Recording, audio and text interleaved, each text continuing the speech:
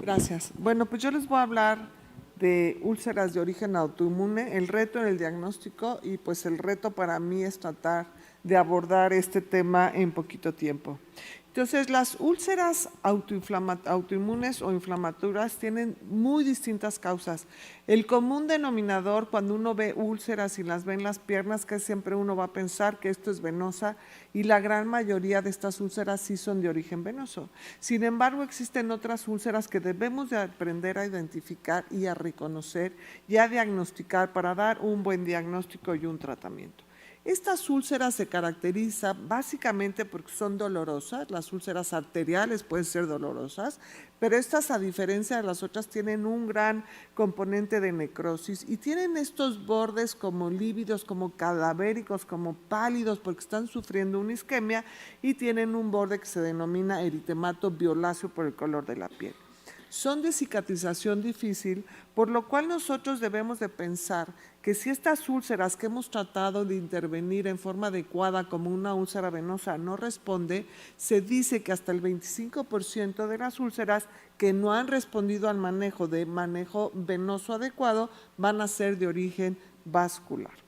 Entonces, si hablamos de las úlceras autoinmunes o autoinflamatorias, digamos que hay dos tipos. Las que son por un proceso inflamatorio, donde se rompe el vaso por el proceso inflamatorio, y otro donde el vaso se ocluye y no hay tal proceso inflamatorio. Como quiera que sea, va a dar una lesión en la piel que es muy llamativa y que debemos de aprender a reconocer para poder dar un abordaje diagnóstico y sobre todo un tratamiento. Si hablamos de las vasculitis, que son los procesos inflamatorios, sabemos que de todas las úlceras aproximadamente el 5% tienen un origen como una vasculitis, un proceso destructivo inflamatorio.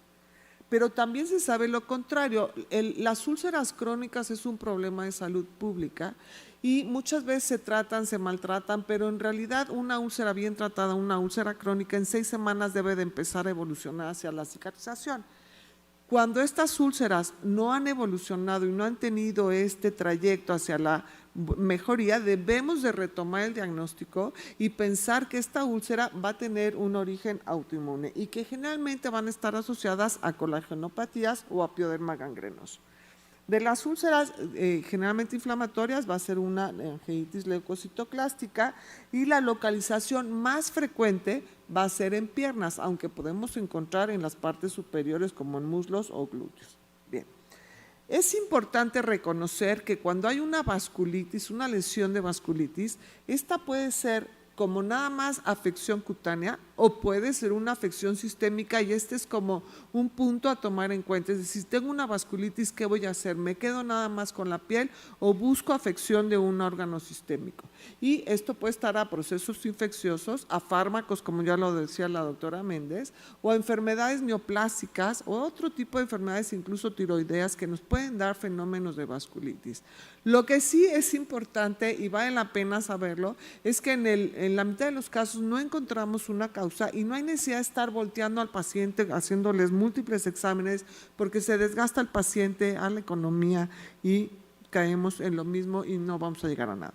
Estos son los casos que vemos nosotros en el hospital. Esto es, por ejemplo, una paciente de 34 años que vemos lesiones ya pigmentadas que nos hablan de una dermatosis previa, una enfermedad antigua, pero vemos estas lesiones que tenemos acá, esta ulcerita, aquí una trofea blanca que nos habla de una úlcera y es necesario abordarlas y ver cuál es la evolución. Es decir, vemos la piel, nosotros los dermatólogos abordamos la piel primero y luego nos hacemos esta imagen mental del diagnóstico y hacemos un cuestionamiento. Entonces esta paciente ya tenía 15 días de evolución, eran dolorosas y había tenido ya en su componente sistémico fiebre, úlceras orales, caída de cabello y artralgias, lo cual que ya casi el diagnóstico nos fue orientado por el interrogatorio. En estos pacientes donde ya tenemos casi un diagnóstico de una colagenopatía y tenemos el diagnóstico cutáneo de una vasculitis, lo tenemos que demostrar por biopsia, ya vamos a ver la correlación clínico-patológica. En estos pacientes siempre es muy importante tomar la biopsia para HLA y para inmunofluorescencia y en el caso de esta paciente se demostró que tenía una vasculitis leucocitoclástica con inmunoreactantes en la unión dermoepidérmica, lo cual nos lleva al diagnóstico histológico, una vasculitis cutánea, y haciendo énfasis en el interrogatorio, los síntomas sistémicos y después el perfil de laboratorio, pues nos llevó al diagnóstico del lupus eritematoso. Y ya después vamos a ver si es generalizado o no. Y entonces, mucho pensamiento es que si el paciente tiene vasculitis va a tener lupus eritematoso sistémico. Sí hay cierta verdad, pero la vasculitis no es un signo específico en el lupus, puede ser un signo específico de muchísimas colagenopatías y de muchísimas enfermedades. Lo que sí es que cuando está asociada al lupus, sí es el 90% de las vasculitis que hay en el lupus es cutánea, ¿de acuerdo? Entonces, ¿qué vamos a hacer cuando vemos además pacientes que tienen estas vesículas hemorrágicas? No es lo mismo una vesícula con un líquido claro a una vesícula con un líquido hemorrágico. Y entonces sabe que cuando tenemos estas vesículas hemorrágicas es porque esos vasos están sufriendo.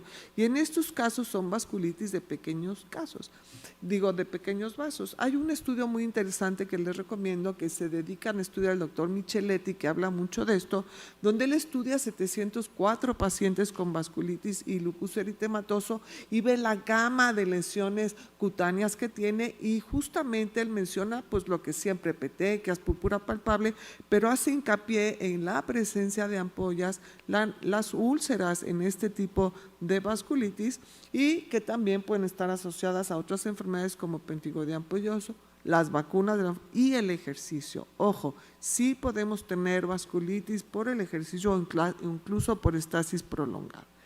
Y entonces el abordaje en estos pacientes es lo mismo, nada más que cuando ya vemos una úlcera o una ampolla, no vamos a tomar la biopsia de la úlcera o la ampolla, sino de la piel perilesional, y lo mismo para inmunofluorescencia.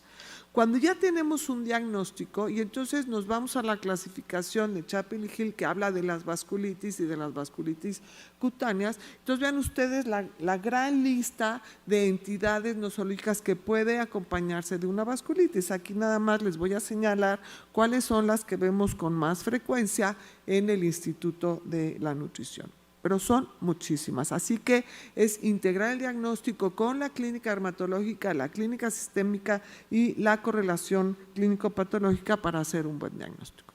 Estos son otros casos. Esta es una paciente que en lugar de tener púrpura llegó francamente con lesiones necróticas, es decir, úlceras profundas con una gran escara, y no veíamos aquí el eritema, la púrpura, el color violáceo que acompaña al otro tipo de enfermedades inflamatorias, de vasculitis inflamatorias. También nos ayuda mucho saber la evolución de estos pacientes, como el caso de esta paciente que empezó con las lesiones en manos, pensaban que después se le agregó una odinofagia, la trataron como infección, y posteriormente de las úlceras presentó el síntoma cardinal, que era la debilidad muscular, lo cual pues correlacionó con una dermatomiositis, entidad autoinmune que correlaciona con muchísimos datos de vasculitis, con lesiones purpúricas, con muchas lesiones en la piel. Y ahora pues ya sabemos que la dermatomiositis se acompaña de perfiles de anticuerpos contra los músculos, y que dependiendo de estos pues es un grupito, y que hay un grupo de dermatomiositis que depende del anticuerpo se van a acompañar de úlceras cutáneas. No todas, pero estas tres que señalo aquí sí se acompañan de úlceras cutáneas. Y entonces vamos a hablar de lo que es la oclusión del vaso. Es un fenómeno donde se ocluye el vaso, y como se ocluye, pues obviamente hay isquemia y necrosis, y lo que vamos a ver en estos pacientes son, como la foto que les muestro, son lesiones cartográficas, hacen mapas estas lesiones que van de un color medio morado, purpúrico, y que va evolucionando hasta ser una lesión negra, es decir, la necrosis va avanzando de tal manera que ocluye totalmente el vaso y nos da una necrosis franca y después ulceraciones como las que tenía la paciente. Frecuentemente se van a acompañar de esto que llamamos nosotros el aspecto libedoide reticulado o una púrpura angulada, que ya habló la doctora Méndez de esto, y que es muy característico de esto, que nos va señalando cómo se va ocluyendo el vaso. Generalmente lo vamos a ver en miembros inferiores, pero también lo encontramos en el tronco y en los miembros superiores. Y aquí se afectan vasos de pequeño y de mediano calibre. Y también cuando ya tenemos el diagnóstico histológico de una vasoclusión, tenemos que ir a esta clasificación de estas vasculitis y buscar a cuál de todas ellas corresponde. Las más frecuentes que vemos nosotros son las crioglobulinemias, el síndrome de antifosfolípidos y las asociadas a ANCAS, por mencionar algunas. Vean, estos son los casos que vemos. Vean cómo está esta púrpura reticulada, angulada, que hace así como si fueran mapas, por eso se llaman cartográficos, y en las partes más distales se ve la necrosis, la negrura de esta piel que ya está francamente muerta y que posteriormente se va a ulcerar o se va a perder. En estos casos, como en este caso de este paciente que les mostré, pues el diagnóstico era evidente de una vasculopatía oclusiva. Hay que pensar en los diagnósticos, como les decía, los más frecuentes son las crioglobulinemias, el síndrome de antifosfolípidos y las asociadas a ANCAS. En este paciente, pues el perfil demostró que era un SAF que se denomina catastrófico por la gran necrosis que da estos pacientes.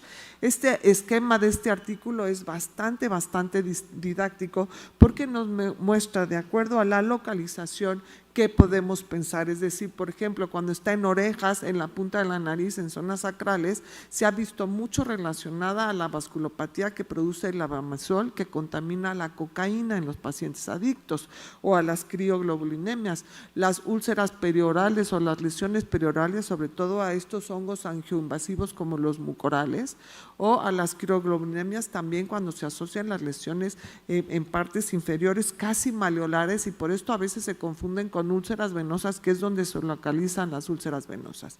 Y finalmente las úlceras digitales. Les damos a veces muy poca importancia a la úlcera digital, pero es de tomar en cuenta. Los pacientes llegan con estas lesiones puntiformes, pequeñititas, que apenas se ve una ulcerita y se ven muchas lesiones residuales como en este dedo y son intensamente dolorosas. El paciente no tiene la habilidad manual porque esto le impide. Estos pacientes casi siempre van a estar acompañados o asociados a lupus eritematoso generalizado o a esclerodermia sistémica.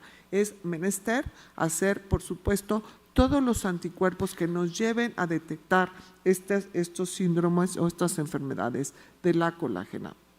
Ya decíamos, son frecuentes, pero se asocia sobre todo a rainos muy severos, donde el paciente llega con los dedos francamente azules, violáceos o negruzcos. Se van a dar estas úlceras sin previo aviso, de repente llega el paciente y, como les decía, se asocia más al lupus generalizado o a la esclerosis sistémica, son muy dolorosas. Pero importante considerar que cuando se ven en los dedos estas úlceras, se acompaña sobre todo de enfermedad pulmonar, por lo cual nosotros podíamos ser como el cartabón para orientar a que estudien más las enfermedades asociadas y buscar este tipo de anticuerpos. De tal manera que, para concluir, siempre debemos de saber que con estas úlceras de origen autoinmune hay que determinar la causa. Ya veíamos que muchas veces no la encontramos, pero tenemos que hacer el esfuerzo con estas clasificaciones que han dado de tratar de encajar al paciente en uno de estos síndromes. La biopsia es absolutamente indicada en nuestros pacientes. No se debe tomar una biopsia del centro de la úlcera, siempre de el borde o de la piel perilesional. Eso es menester hacerlo. A veces, cuando hay estas vasculopatías oclusivas, es necesario manejarlos con heparina de baja de peso molecular. Hay analgésicos. Si no está comprometida la circulación arterial, es importante vendar, ayuda a que no haya edema y a que mejore el dolor. Hay parches de ibuprofeno y de morfina, no aquí, pero existen, se los traje para que lo supieran. Nosotros manejamos antisépticos para evitar la contaminación o la infección secundaria a base de plata iónica o nanocristalina o coloidal. Y, por supuesto, el tratamiento de base y el manejo multidisciplinario son la base de un buen diagnóstico y un buen tratamiento en estos pacientes. Muchas gracias. Michelle.